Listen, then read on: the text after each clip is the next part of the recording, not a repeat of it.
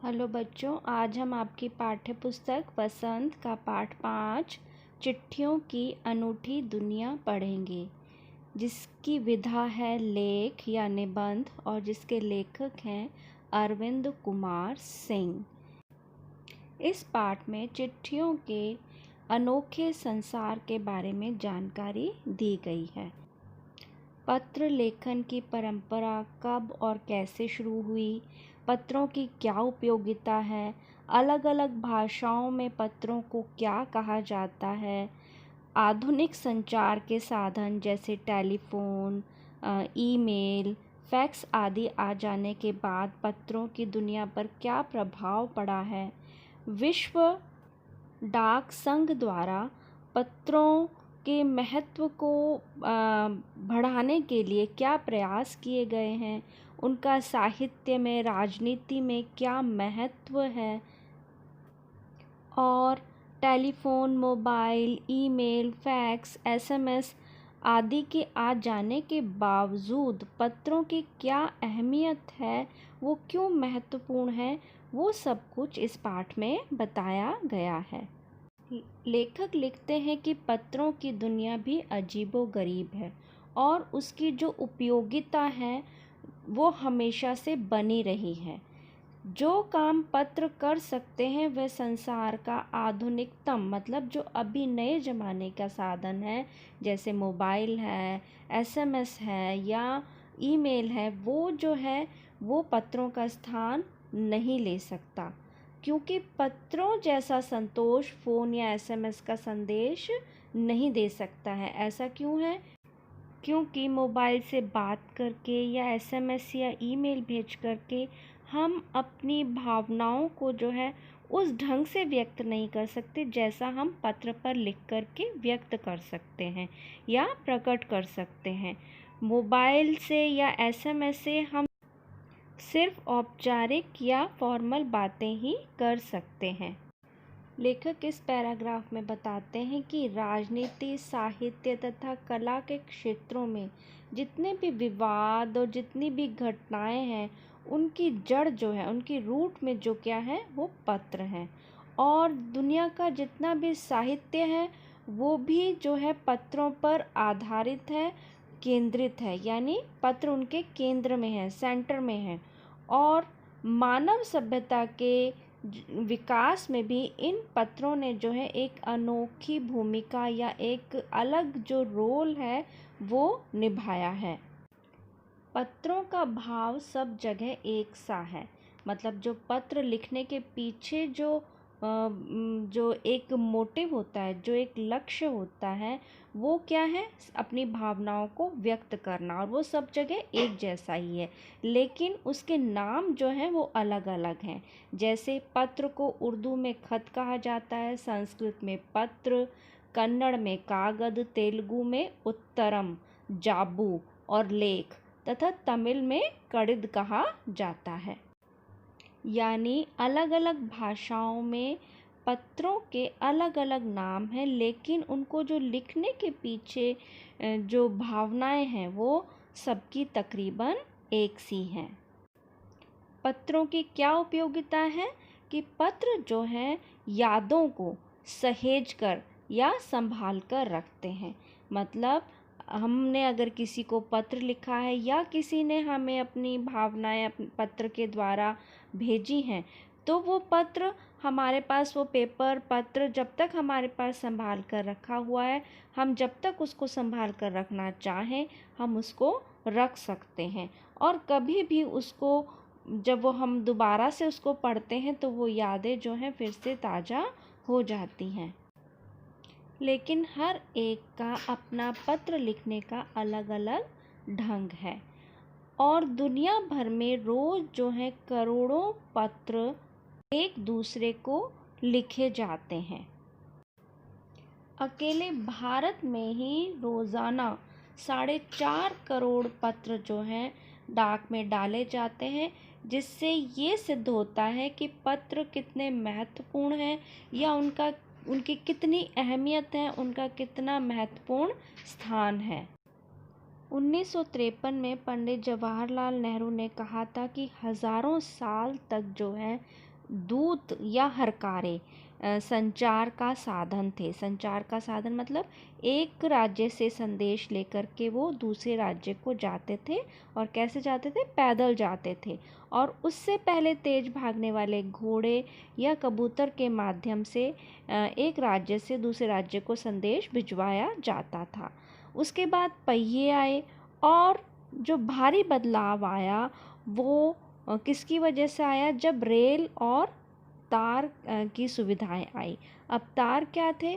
तार जो है वो किसी भी संदेश को कम से कम शब्दों में शीघ्र से शीघ्र पहुंचाने का, जल्दी से जल्दी पहुंचाने का जो माध्यम था वो तार या टेलीग्राम था।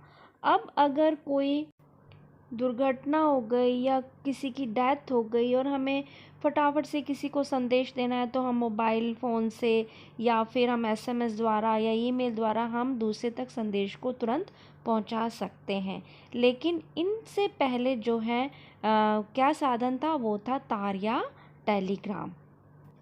क्योंकि पत्र जो थे वो रेल द्वारा या हवाई जहाज़ों द्वारा, एरोप्लेन द्वारा जो है जाया करते थे। लेकिन जो तार था वो इलेक्ट्रॉनिक, जो टेलीग्राम था वो इलेक्ट्रॉनिक जो है साधन था, और उससे जो है तुरंत संदेश दूसरे तक पहुंच जाता था।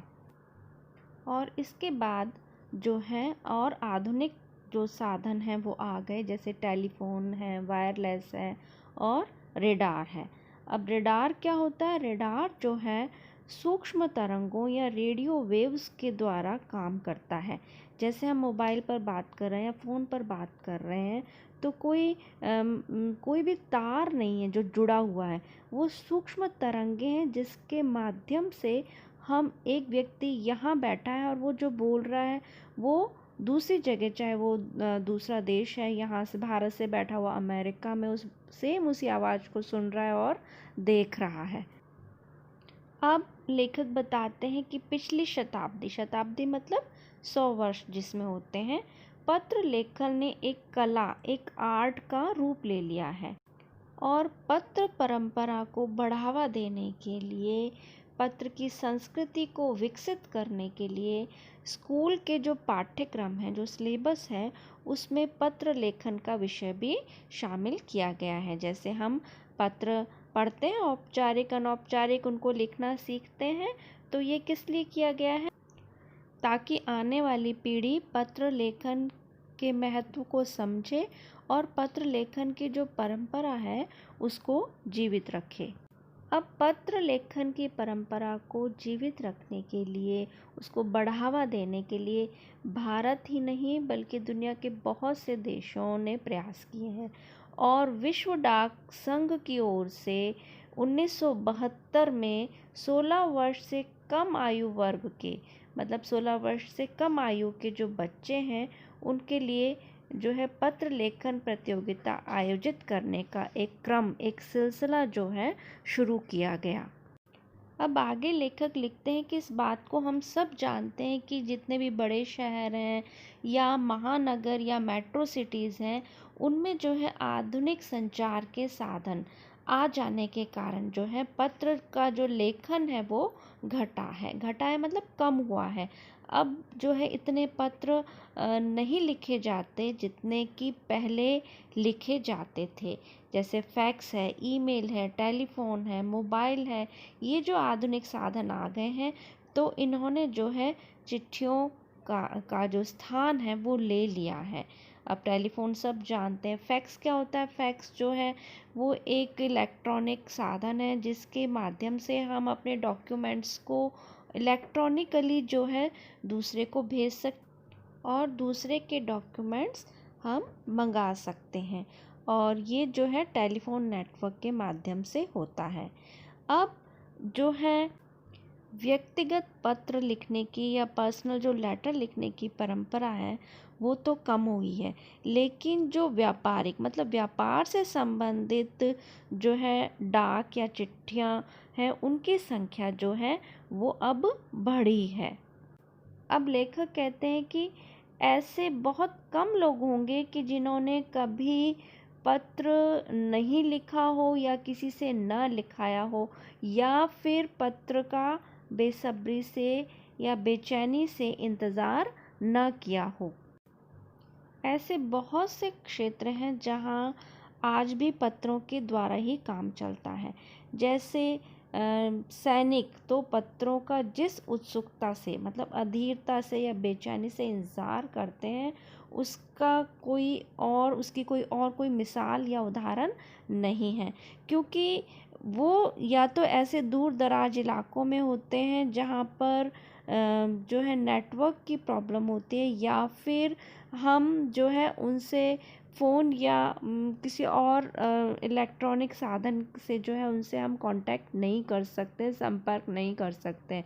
तो वो जो है उन तक जो उनके परिवारों का जो संदेश है वो केवल पत्रों के माध्यम से ही पहुंचाया जा सकता है। परिवहन या यातायात के साधनों के विकास के कारण जो है अब उन लोगों को पत्रों का जो है महीनों तक इंतज़ार नहीं करना पड़ता, वो जल्द ही उन तक पहुंच जाते हैं। लेख के अंत में लेखक लिखते हैं कि पहले जो है लोगों के पास जो संचार का साधन था, यानी एक दूसरे तक जो संदेश पहुंचाने का जो इकलौता साधन था वो था पत्र। लेकिन आज जो है वो साधन जो है विकसित हो चुके हैं, बढ़ चुके हैं।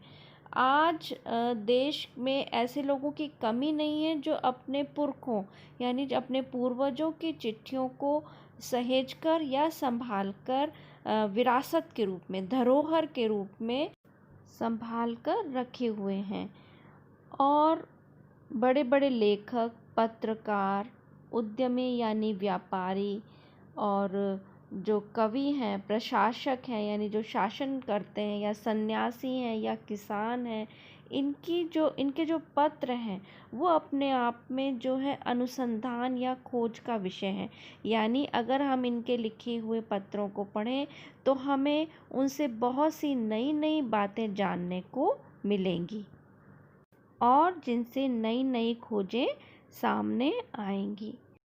लेखक लिखते हैं कि जो एसएमएस के संदेश हैं या जो फ़ोन कॉल होती है उन पर जो हमारी बात होती है वो जो है हम जल्दी ही भूल जाते हैं, और हम एसएमएस वगैरह जो संदेश होते हैं उनको हम ज़्यादा टाइम तक फ़ोन में सहेज कर नहीं रख सकते, क्योंकि उसकी भी एक लिमिट होती है। फ़ोन में जो स्टोर करने की या संकलित करने का की भी एक सीमा होती है।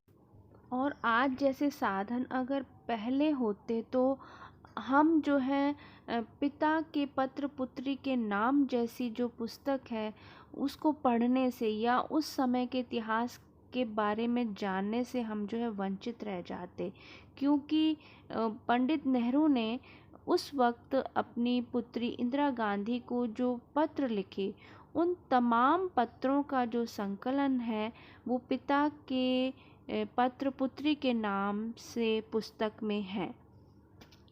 जितनी भी महान हस्तियां हैं, जो महान व्यक्ति हैं, उनकी जो सबसे बड़ी यादगार है या उनकी जो सबसे बड़ी धरोहर या विरासत है वो उनके द्वारा लिखे गए पत्र ही हैं, जिनके द्वारा आज हम उन महान हस्तियों के बारे में जान सकते हैं, हम उस समय के इतिहास के बारे में भी जान सकते हैं। महात्मा गांधी जी के पास जो है दुनिया भर से पत्र आते थे, और उन पत्रों के ऊपर जो लिफाफा होता था, जो एनवलप होता था, उस पर सिर्फ उनका नाम लिखा होता था और वो उनके नाम से ही उन तक पहुंच जाता था, चाहे वो दुनिया के किसी भी कोने से किसी भी व्यक्ति ने लिखा हो। मतलब वो इतने प्रसिद्ध थे, इतने विख्यात थे कि केवल उनके नाम से ही उन तक उनके पत्र पहुंच जाते थे। लेखक बताते हैं कि पत्र का जवाब देने में महात्मा गांधी जी का कोई जोड़ नहीं था, मतलब उनके बराबर कोई दूसरा नहीं था। जैसे ही उन्हें पत्र मिलता था वो तुरंत उसका जवाब लिख देते थे। महात्मा गांधी जी की तरह ही उस समय जो स्वतंत्रता आंदोलन के हमारे नायक थे, जो हमारे हीरो थे, उनके जो पत्र हैं वो गांव-गांव में मिल जाते हैं। और जिनको भी वो पत्र मिले हैं, उन्होंने उन पत्रों को प्रशस्ति पत्र से कम नहीं माना है। प्रशस्ति पत्र क्या होता है? जो एप्रिसिएशन, जो आपको एक सर्टिफिकेट मिलता है, उस तरह से वो उसको मानते हैं। और उन लोगों ने उन पत्रों को फ्रेम करवा करके रखा हुआ है। तो ये है पत्रों का जादू।